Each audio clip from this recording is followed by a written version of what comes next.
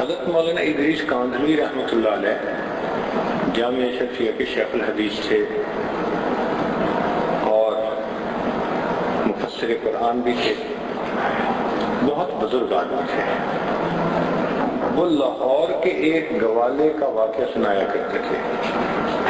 گوالا کہتے ہیں جس آدمی نے بھینسیں پالی ہوں اور ان سے دودھ لیتا ہو، بیچتا ہو، اس کو گوالا کہتے ہیں۔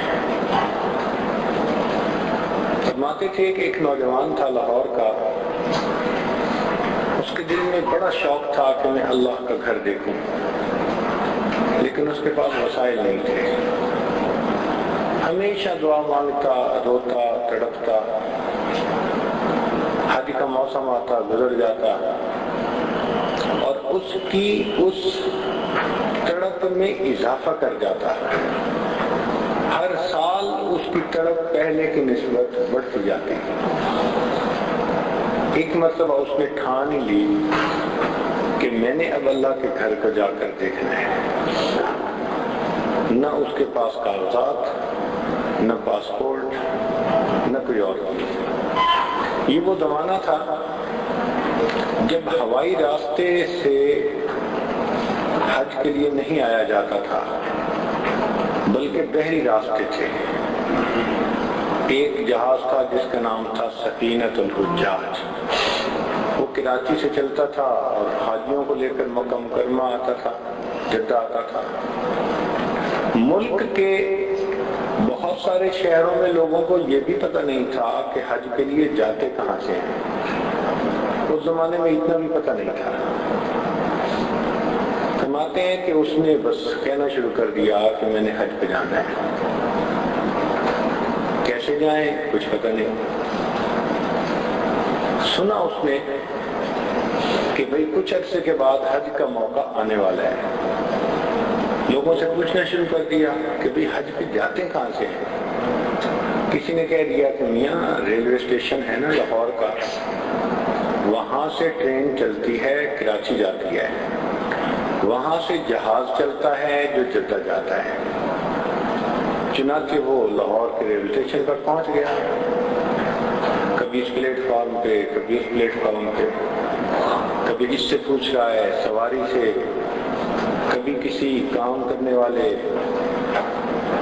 گورنمنٹ کے کسی بندے سے پوچھ رہا ہے میں نے کراچی جانا ہے، میں نے کراچی جانا ہے۔ کئی دن اس کو پلیٹ فارم پر ہی گزر گئے، ٹکٹ تھی نہیں کہ کوئی لے جاتا، اور یہ جانا چاہتا تھا۔ ایک دن ایسا ہوا کہ ایک کنڈکٹر گارڈ جو تھا وہ اس کے اوپر کچھ اس کو ترس آ گیا۔ وہ کہنے لگا کہ میں تمہیں سواریوں والے ڈبے میں تو بٹھا نہیں سکتا کہ ٹکٹ نہیں ہے، آؤ میرے ڈبے میں بیٹھ جاؤ، میں تمہیں کراچی اتار دوں گا۔ لو جی، کنڈکٹر گارڈ نے اس کو اپنے والے ڈبے میں جہاں چھوٹی سی جگہ تھی اس میں بٹھا دیا۔ یہ بیٹھا رہا، بالآخر کراچی ریلوے اسٹیشن کے اوپر اتر گیا۔ پھر وہاں پلیٹ فارم سے پوچھنا شروع کر دیا کہ میں نے تو حج پہ جانا ہے، کہاں سے جاتے ہیں؟ کسی نے بتایا میاں ایک جگہ ہے جس کو مدینۃ الحجاج کہتے ہیں، حاجی لوگ سب وہاں جاتے ہیں اور وہاں سے پھر ان کے کاغذات تیار کیے جاتے ہیں اور ان کو جہاز پر بھیجا جاتا ہے۔ اس نے کہنا شروع کر دیا جی مدینۃ الحجاج جانا ہے۔ اللہ کی شان کی کچھ سواریاں تھیں جو ریلوے اسٹیشن سے اتری اور وہ مدینۃ الحجاج جا رہی تھیں اور ان کے پاس گنجائش تھی۔ انہوں نے اس کو بھی کہا کہ آؤ ہمارے ساتھ بیٹھ جاؤ ہماری گاڑی میں۔ مدینۃ الحجاج اتار دیا۔ اب وہاں پر تو ہزاروں لوگ حج پہ جانے والے تیاری کر کے آئے۔ اس زمانے میں وہیں پہ پاسپورٹ بنتا تھا، کاغذات تیار ہوتے تھے، ٹکٹ ہوتی تھی، اور جن کی کاغذات تیار ہو جاتے تھے ان کو وہیں سے جہاز پر بٹھا دیتے تھے۔ اب یہ کہتا جا رہا ہے کہ جی میں نے حج پہ جانا ہے، حج پہ جانا ہے۔ لوگوں نے کہا بھائی تیرے پاس پاسپورٹ نہیں، ٹکٹ کے پیسے، کہتے نہیں، کوئی چیز، کہتا کچھ بھی نہیں، اور جانا کہاں ہے؟ کہتے اللہ کا گھر دیکھنا۔ لوگ بڑے حیران کہ یہ نوجوان کیسے جا سکتے ہیں، حتیٰ کہ وہ دن آیا کہ جن لوگوں کے کاغذات تیار تھے ان کو جہاز پر بٹھایا جانے لگا۔ اس نے دیکھا کہ ان کا سامان لے جانے کے لیے مزدور ہیں جو نیچے سے سامان اٹھا کر بحری جہاز کے اوپر لوڈ کر رہے ہیں، خاص قسم کی وردی انہوں نے پہنی ہوئی ہے۔ اب لوگ بھی دیکھ رہے تھے منظر، یہ بھی دیکھ رہا تھا۔ اس نے کیا کیا کہ ان میں سے ایک نوجوان سے بات کی کہ یار اپنی وردی مجھے دے دو، تم بیٹھ کے آرام سے مزے کرو، اور تمہاری جگہ یہ جو بھاری بھاری سامان ہے نا یہ اٹھا کے میں لے جاؤں گا، اور جب آخری دفعہ وہاں سامان پہنچے گا تو اوپر سے تمہیں وردی میں دوسرے لڑکے کے ہاتھ واپس بھجوا دوں گا۔ اس نوجوان نے بھی سوچا کہ چلو یہ 8 گھنٹے جو مجھے اتنا بھاری سامان سر پہ اٹھا کے لے جانا ہے، آج مزے کرو، بیٹھ جاؤ۔ اس نے اپنی وردی اس کو دے دی۔ اب یہ نوجوان حاجیوں کا سامان اوپر پہنچا رہا ہے، آ رہا ہے اور جا رہا ہے۔ چونکہ یہ مزدور کام کرنے والے تھے تو ان کی سامان کی، ان کی کاغذات کی چیکنگ نہیں ہو رہی تھی۔ جب آخری دفعہ یہ اوپر سامان لے کر گیا، وہاں جا کر اس نے کپڑے اپنے تبدیل کر لیے اور وہ وردی جو تھی وہ دوسرے لڑکے کے ہاتھ نیچے پہنچا دی۔ اور اوپر تو جہاز میں پورا ایک محلہ آباد ہوتا تھا، ہزاروں لوگ ہوتے تھے، کسی کا پتہ نہیں چلتا تھا۔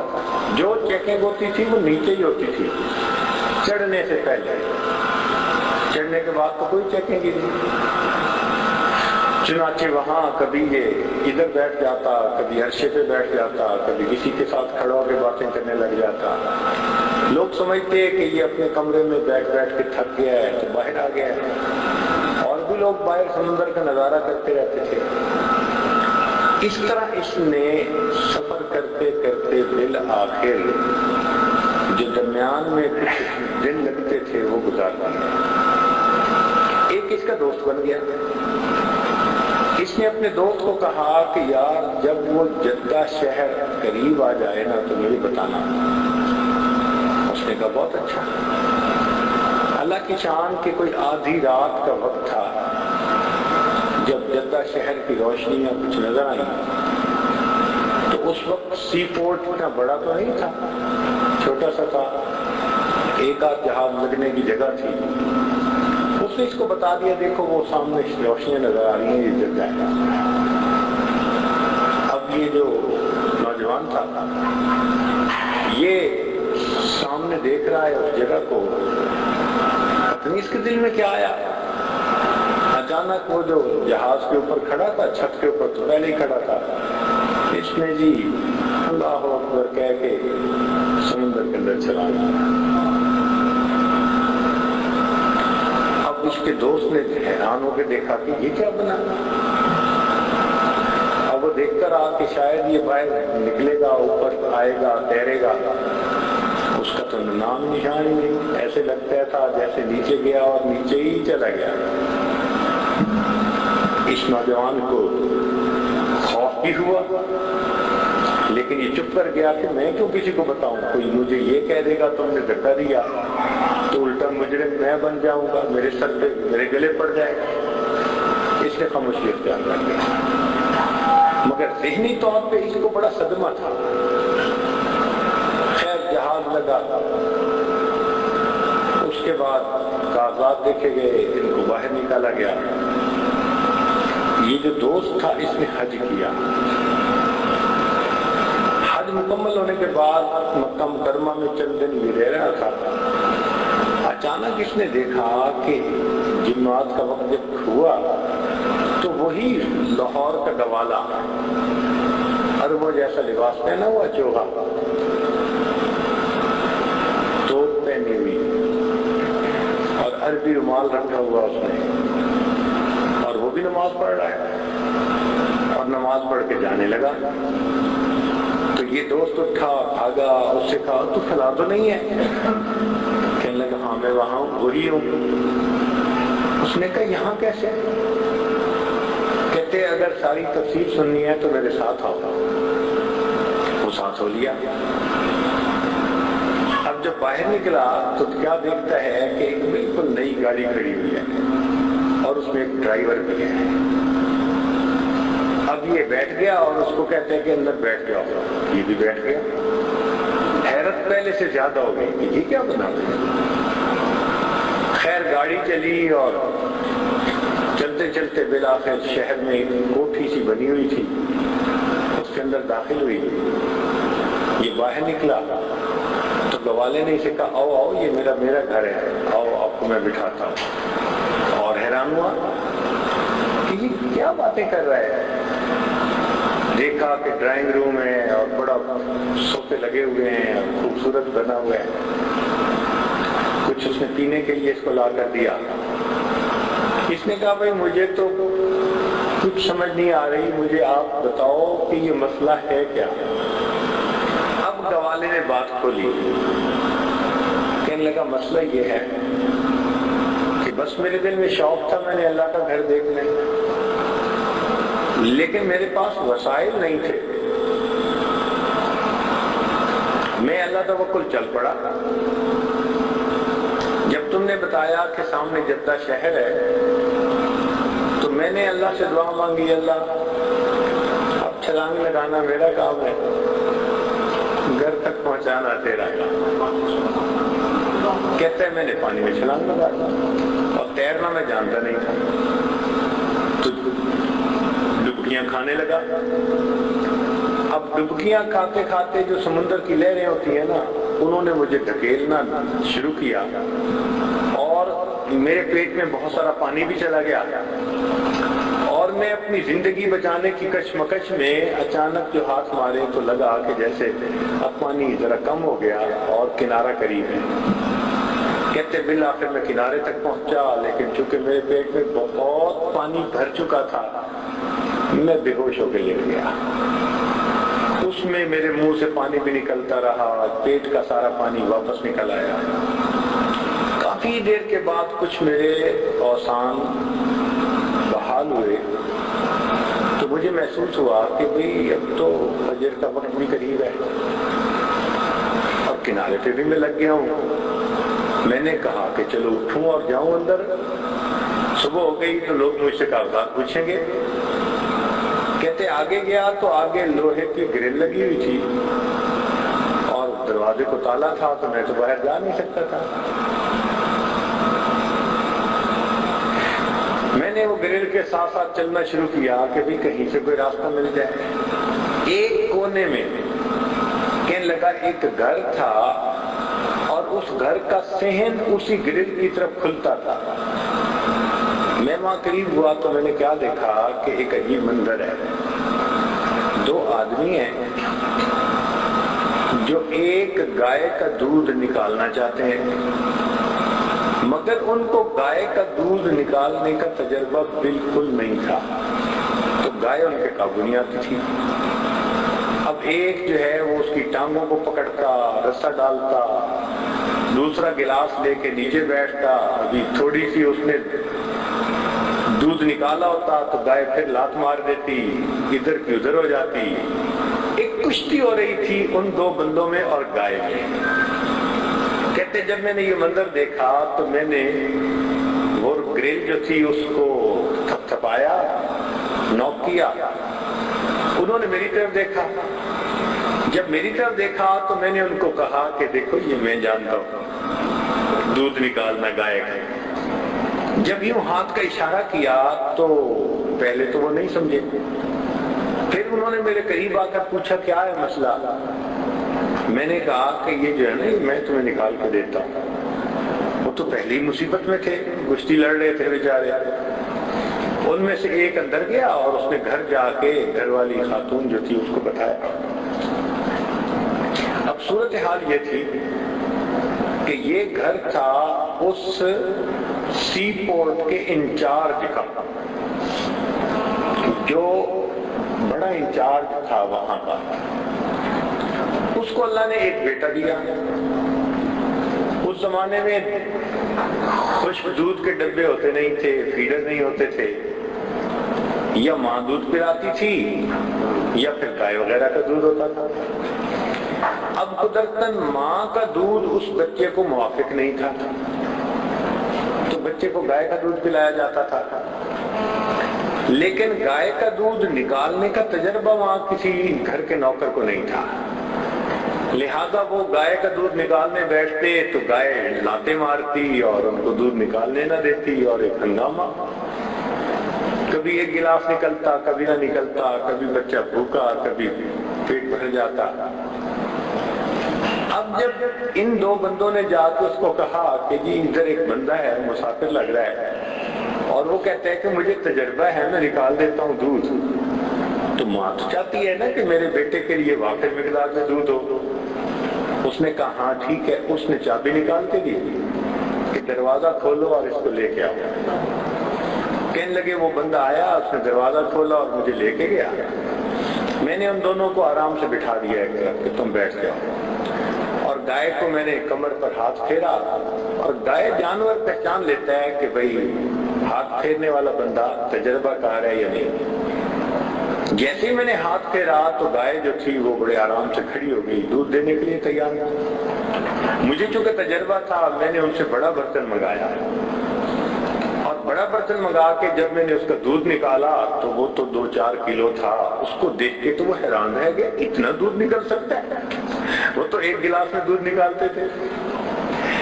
اب جب وہ اتنا دودھ لے کے اندر گئے تو اس افسر کی بیوی کی تو آنکھیں کھلی رہ گئی، اتنا زیادہ دودھ میرے بچے کے لیے۔ اب خوشی سے اس کی تو حالت بری، اس نے کہا اچھا جو بھی ہے اس بندے کو نہیں جانے دینا۔ لو جی مجھے انہوں نے گھر میں ایک جگہ بٹھا دیا اور مجھے ناشتہ بھی کروایا، کہا آرام کرو مستمی کر رہو۔ جب اس کا خامند اٹھا اس نے خامند کو بھی بتایا کہ دیکھو جی یہ تو ہمارے ساتھ ایک خدائی مدد ہو گئی ہے، میرے بچے کے لیے اللہ نے دودھ کا انتظام کر دیا، اور دیکھو اس بندے کو جانے نہیں دینا۔ اب وہ افسر آیا، اس نے مجھ سے آ کے مجھ سے کیا کاغذات پوچھنے تھے۔ اس نے مجھے کہا کہ اچھا بھائی تم نے یہاں سے جانا نہیں۔ میں نے کہا نہیں میں نے تو اللہ کے گھر جانا ہے۔ وہ ہر بار کہے کہ تم نے کہیں نہیں جانا، اور میں ہر بار کہوں کہ میں نے اللہ کے گھر جانا ہے، وہ مجھے تسلیاں دے اچھا تجھے بھیج دیں گے۔ میں خیر اس کے پاس رہنے لگ گیا۔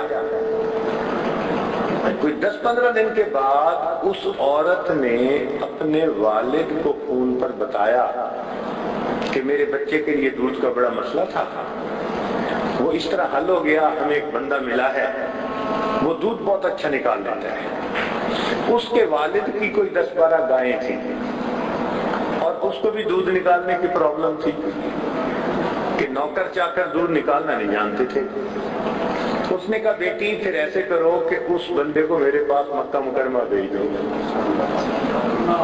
اور دودھ میں یہاں سے بندوبست کر دوں گا آپ کے بچے کے لیے۔ لو جی کیا ہوا کہ یہ گوالا وہاں سے مکہ مکرمہ پہنچ گیا۔ اب اس بندے نے اس کو 1-2 دن اپنے پاس رکھا، کہنے لگا میرے لیے 10-15 گایوں کا دودھ نکالنا کون سا مسئلہ تھا۔ جب میں نے ان کے کئی برتن بھر دیے دودھ سے تو وہ بندہ تو بڑا حیران، وہ مجھے کہ تم نے یہی رہنا ہے۔ میں نے کہا میں نے اللہ کے گھر جانا ہے۔ وہ مجھے سمجھائے تم نے یہی رہنا ہے، میں اسے کہوں نہیں میں نے اللہ کے گھر جانا ہے۔ بالآخر اس نے کہا کہ یار تجھے بھی اللہ کا گھر دکھائیں گے مگر تو نے رہنا یہی ہے۔ دیکھو یہ جو گھر ہے نا یہ میں نے نیا بنوایا تھا، لیکن یہ میں تمہیں دیتا ہوں تم یہاں رہو، اور گاڑی بھی تمہیں دیتا ہوں، اور اب تم اپنے گھر کا پتہ بتاؤ تاکہ آخری جہاز ایک آ رہا ہے ہم تمہارے بیوی بچوں کو بھی وہاں سے منگوا لیتے ہیں۔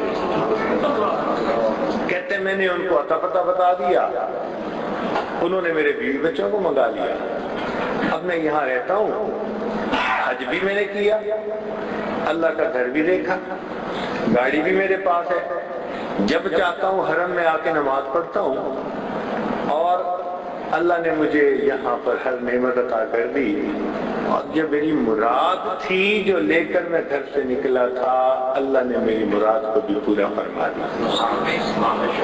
تو حضرت مولانا ادریس کاندھوی رحمۃ اللہ علیہ یہ واقعہ سنا کر کہتے تھے، کاش لاہور کے ایک گوالے کے دل میں اللہ کا گھر دیکھنے کی جو تمنا تھی وہ تمنا ہمارے دل میں بھی آ جاتی،